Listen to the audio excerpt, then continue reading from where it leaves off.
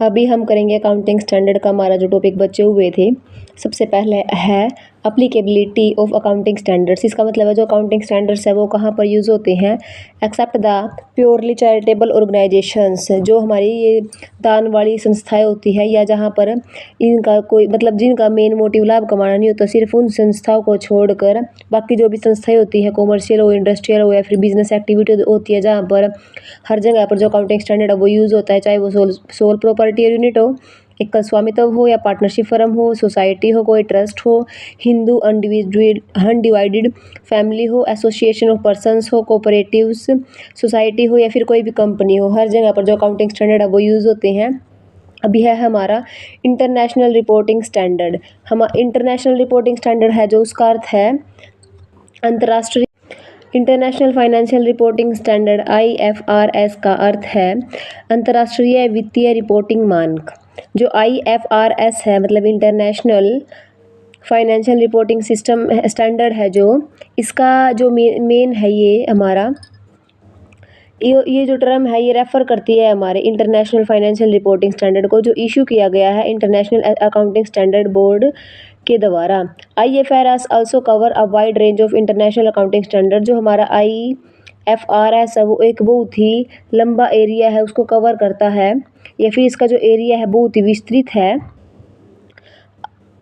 विस्तृत है, IAS issued by international accounting standard communities. जो हमारा IAS है मतलब जो हमारे इंटरनेशनल के ये मानक स्टैंडर्ड है, इंटरनेशनल अकाउंटिंग स्टैंडर्ड्स है, जो ये हमारे ये IAS के द्वारा है जो इनको इशू किया गया है। International accounting standards require financial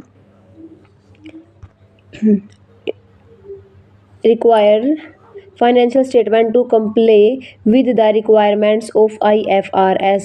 ये हमारे वित्तीय विवरणों को तैयार करते हैं, जिसमें जो भी रिक्वायरमेंट्स होती है, जो भी ज़रूरी स्टेटमेंट होती है, उनको IFRS है वो हमें बताता है। उसके बाद है हमारी इसमें एजम्पशंस ऑफ IRFS। जो हमारा IFRS उसकी क्या एजम्पशंस है, क्या उसकी मान्यताएं है। सबसे फर्स्ट है गोइंग कंसर्न एजम्पशन। इसका मतलब है चालू व्यवसाय की धारणा। इसके अंदर ये माना जाता है कि हमारा जो व्यवसाय है वो लंबे समय तक चलता रहेगा, भविष्य में उसके जो जीवन काल है वो अनिश्चित तक है। एक्रूरल अजम्पशंस, इसके अंदर ये माना जाता है उपार्जन की धारणा के अंदर कि जो हमारे लेन देन होंगे वो उपार्जन के आधार पर होंगे, ना सिर्फ कैश के ऊपर नहीं बेस होंगे। वो हमारे जिस दिन जो भी लेन देन हुआ उसको उसी दिन लिखा जाएगा, चाहे कैश रिसीव हुआ हो या नहीं हुआ हो। मेजरिंग यूनिट अजम्पशंस, मापक इकाई की मान्यता। इसके अंदर ये माना जाता है कि हमारी जो वर्तमान की क्रय शक्ति है वो क्या है, उसको हम मापते हैं यूनिट्स में। It means that the assets are not shown in the balance sheet at historical cost. इसका ये मतलब है कि जो हमारी असेट्स हमारी बैलेंस शीट में दिखाई जाती है वो हिस्टोरिकल कॉस्ट पे नहीं दिखाई जाएंगी, जो उनका करंट और फेयर वैल्यू उसी के ऊपर ये दिखाई जाती है। कॉन्स्टेंट परचेजिंग पावर अजम्पशंस, इसका मतलब है जो हमारी क्रय शक्ति है उसकी स्थिर क्रय शक्ति की धारणा। This assumptions requires that the value of capital be adjusted to inflation at the end of the financial year. इसके अंदर ये माना जाता है कि जो हमारी पूंजी का मूल्य है, जो हमारी कैपिटल का रेट है, वो वित्तीय वर्ष के अंत में मुद्रास्फीति के अनुसार ही एडजस्ट उसको किया जाता है। उसके बाद हमारी है नीड्स फॉर IFRS या फिर इंटरनेशनल फाइनेंशियल रिपोर्ट स्टैंडर्ड। इसके अंदर फर्स्ट है हमारा easy access to global capital market. मतलब जो इसका एरिया है या फिर जो हमारा ये इसकी है IFRS का है, इसकी ज़रूरत इसलिए भी पड़ती है क्योंकि इसके थ्रू हम आसानी से ग्लोबल एरिया पर या फिर पूरे देश में अपना जो कैपिटल मार्केट है उसको स्टार्ट कर सकते हैं, आसानी से पहुंच सकते हैं। इसका मतलब ये है companies can now assess funds globally. जो कंपनी है वो उन्हें आसानी से जो बाहरी से वित्त है वो प्राप्त हो सकता है, फिर बाहर कोई पैसा हम लगा सकते हैं। IFRS based financial statements are prerequisite for enterprises seek overseas fund. इसका मतलब ये है अगर कोई भी विदेशी धन जुटाने के लिए इच्छुक है तो वो किसी भी फर्म के लिए IFSR पर आधारित वित्तीय विवरणों का एक पूर्व अपेक्षा, मतलब पहले से ही जो उसने सोच रखा पूर्व अपेक्षा है उसको बन जाते हैं, फिर बनाया जा सकता है। उसके बाद हमारा इजी टू मेक कंपैरिजन। इनके अंदर एक देश मतलब हम जो इन्वेस्टर्स है वो आसानी से कंपेयर कर सकते हैं फाइनेंशियल स्टेटमेंट का globally with IFRS, reducing risk of error, जिससे हमारा जो रिस्क का है खतरा है वो कम बना रहता है। उसके बाद हमारा है uniformity in financial reporting. Uniformity का मतलब होता है जो हमारी फाइनेंशियल रिपोर्ट है उसमें ट्रांसपेरेंसी लेके आना, उनमें बिल्कुल क्लियरिटी लेके आना, उनमें अंदर कंपैरेटिबिलिटी का भी होना चाहिए। IFRS brings uniformity, comparability and transparency in financial statement, lower cost of capital raised abroad. मतलब इसका कहने का मतलब ये है, इसमें कम से कम मात्रा में ज़्यादा से ज़्यादा मुनाफा भी कमाने की, या फिर कम पैसे में हम आसानी से दूसरे देश में, विदेश में भी जो पूंजी है वो लगा सकते हैं। True and fair valuation of assets, क्योंकि इसमें हमने पहले पढ़ा था कि इसके अंदर जो हमारे असेट्स हैं वो हिस्टोरिकल कॉस्ट पे नहीं दिखाई जाती।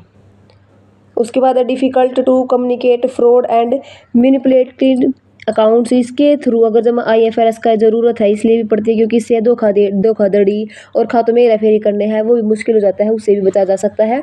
बेनिफिट्स ऑफ IFRS, हमारी जो इंटरनेशनल फाइनेंशियल रिपोर्टिंग स्टैंडर्ड्स है उसके क्या बेनिफिट्स है, क्या उसके लाभ है। फर्स्ट है हमारा helpful to enterprise operating globally, जो हमारे इंटरप्राइज है या फिर हमारे फर्म है उनको हेल्पफुल करता है ये, ताकि वो अपने कोई भी कार्य को ग्लोबल लेवल पर या फिर वैश्विक स्तर पर कर सकें। उसके बाद हमारा हेल्पफुल टू इन्वेस्टर्स, इन्वेस्टर्स के लिए भी इसका बहुत ज़्यादा उपयोग है, क्योंकि जो इन्वेस्टर्स हैं उनको प्रोवाइड करता है हाई क्वालिटी की रिवलेंट, मतलब उसके अंदर विश्वसनीयता भी होनी चाहिए, ट्रांसपेरेंसी भी होनी चाहिए, कंपैरेटिबिलिटी इन्फॉर्मेशन है जो इन्वेस्टर्स को वो प्रोवाइड करता है। हेल्पफुल टू इंडस्ट्रीज़, जो हमारी इंडस्ट्रीज़ है या फिर उद्योगों के लिए भी हेल्पफुल है, क्योंकि वो आसानी से पैसा एक्सेप्ट कर सकते हैं उस मतलब ग्लोबल लेवल पर भी उनको आसानी से धन है जो वो प्राप्त हो जाता है।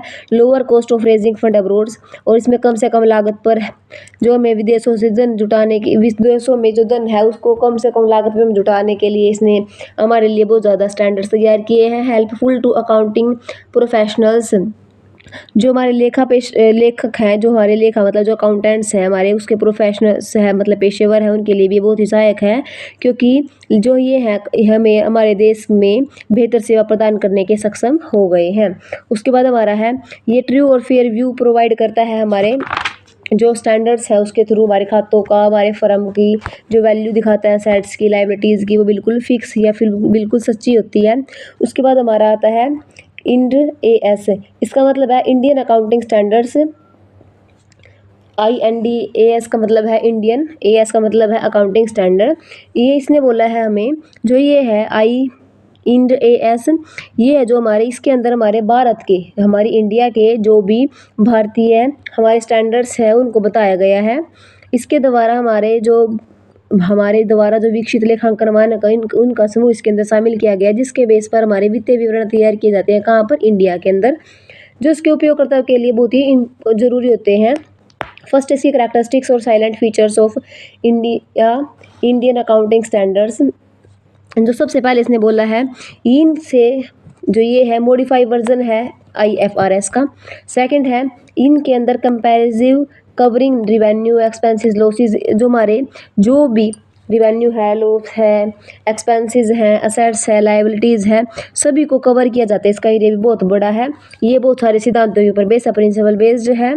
इसके अंदर ट्रांसपेरेंसी होती है, पारदर्शिता होती है, अकाउंटेबिलिटी, जवाबदेही, मतलब जिसका जो कार्य है उसकी रिस्पॉन्सिबिलिटी भी उसको दे दी जाती है।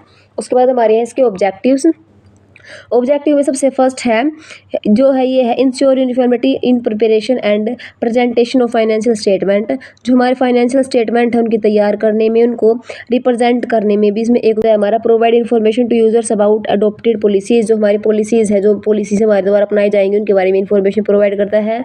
जो हमारी अकाउंटिंग पॉलिसीज़ की प्रथाएँ हैं, नीतियाँ हैं, डिवर्स है, उनको रिमूव करता है। इंश्योर कंसिस्टेंसी ट्रांसपेरेंट, हाँ ये हमारे खातों में या फिर हर एक चीज़ में जो कंसिस्टेंसी है, ट्रांसपेरेंसी और कंपेरेबिलिटी है उसको भी बनाए रखता है।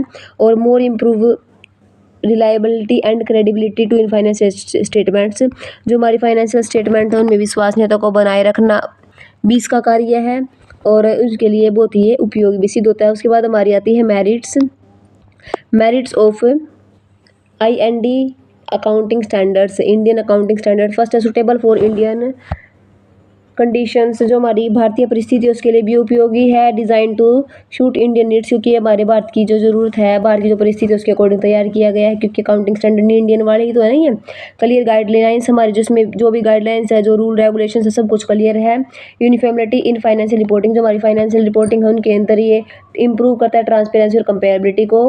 हेल्पफुल टू इन्वेस्टर्स, जो हमारे इन्वेस्टर्स है उसके लिए भी बहुत ज़्यादा ज़रूरी है, सहायक है ये। डिफ़िकल्ट टू कमिट फ्रॉड, जो हमारे फ्रॉड होते हैं हमारी कंपनी के खातों में या रूल रेगुलेशंस करते समय, उसको भी ये दूर करता है। ये हमारे अकाउंटिंग स्टैंडर्ड के है जो इंडिया के, उसके हमारे ये ऑब्जेक्टिव्स और मेरिट्स पूरी हैं। आज हमारे ये चैप्टर कंप्लीट हो गया है, कल हम इसका चैप्टर नेक्स्ट करेंगे। होप आपको वीडियो अच्छी लगी हो।